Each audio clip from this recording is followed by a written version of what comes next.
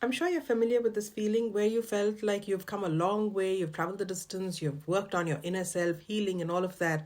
And suddenly, one fine day, it all just comes back your old patterns, your old behaviors, and you're like, was all my work a waste? You know what? Your brain is not wired for perfection, it is actually wired for survival.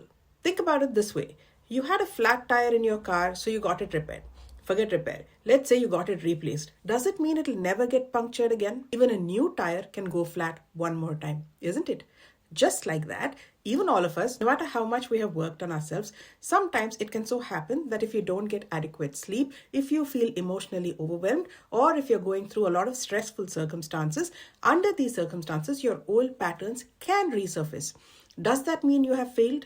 No, certainly not. It is not that you have failed. It is just that your brain stores emotional memories just before the level of thought. Which is why you can read all you want, you can go through the healing, but sometimes under certain circumstances, emotions can automatically get triggered if they resemble the old situations under which you learned these behaviors in the first place. Your old patterns, remember, are not random. They are well practiced neural pathways. From a brain's perspective, it's like a highway that you've driven thousands of times. The new responses that you've learned are like new roads that you're still building. Now add a layer of stress, add a layer of lack of sleep, and now you start seeing your old well-used highways come into play before you even sense it. This is what is called the fight or flight response. Because remember, your brain is wired for survival, not for perfection. So basically, that's the time when your brain says, now is not the time to reflect, now is the time to react fast. So don't think the old you is gone and it should never reappear and all of that. If you want your newer part of you to function even better, you have to give yourself that calm, stress-free modes to rehearse and practice it so that that becomes stronger. Those roads become better.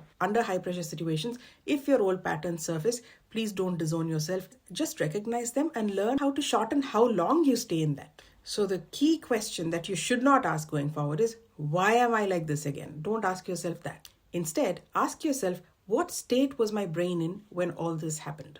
That shift alone will make a huge difference in how you deal with it and how you deal with yourself afterward.